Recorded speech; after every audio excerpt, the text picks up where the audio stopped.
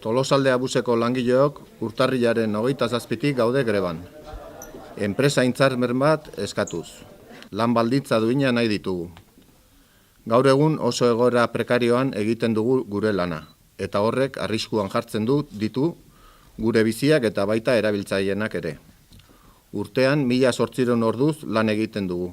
Gure autobusak 13 metro luzera ditu. Eta mendiko errepidetatik eramaten dugu jendea, batzuetan oso azkar, geralekuetara garaiz heltzeko. Gure lana 3 motakoa da. Eskatu halako autobus zerbitzua, linea zerbitzua Gipuzkoako Aldundiaren menpekoa eta hiri zerbitzua, Tolosa udalaren menpekoa.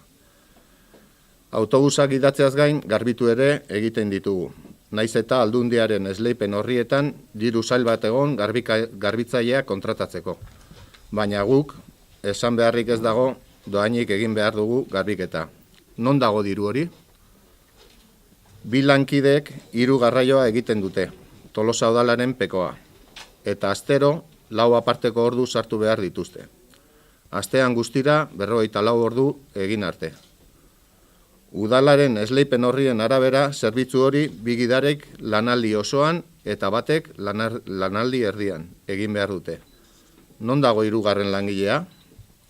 Diru publikoaz ordaindutako zerbitzua da. Horregatik eskatzen diegu Aldundiari eta udalari esleipen horriak benetan betetzen diren jarraipen bat egiteko. Azken egunetan Marisol Garmendiak mugikortasun eta lurralde antolamenduko diputatuak jende aurrean deitoratu du Eusko Jaurlaritzaren erabakia. Tolosako inoteritan gaueko gutxieneko zerbitzuak ezartzeko eskarea ez onartzea. Marisol Garmendiari errepikatuko diogu Olatzpeon alkateari esandakoa. Tolosaldea bus enpresak linea zerbitzu publikoaren emakide jaso du Tolosaldean.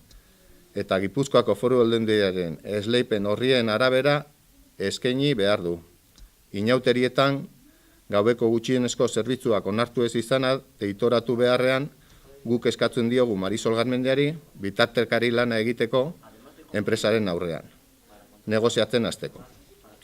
Gatazka honen erantzunkizuna ez dagokio soilik Tolosaldea buseko zuzendaritzari. Eskaintzen den zerbitzua publikoa denez eta Gipuzkoar guztien diruaz ordaintzen denez, Olatzpeonek eta Marisol Garmendiak ere badute bere erantzukizuna. Zerbitzu azpi kontratatu daiteke, erantzukizuna ez ordea. Bitartean, Tolosaldea bus enpresako zuzendaritzak ez du bilerarik egin nahi gurekin. Esaten diguten gauza bakarra zera da, nekatuko zarete, naskatuko zarete. Hainbeste da, nagusikeria, zegu buru makur ikustea nahiago dute negoziazio bidetik gatazka konpontzea baino. Ez zaizkia axola erabiltzeien arazoak autobusik ez izateagatik eta are gutxiago langileen greban egotea. Ordaintzen dieten artean ederki. Guk enpresa hitzarmen nahi dugu eta Tolosako buseko errealitatea jaso. Enpresakidetuek autokare Saizburu autobus garaia Rekialde bus lan baldintza hobeak dituzte, gurea baino. Gu eskaera bakarra lan baldintza duintzea da.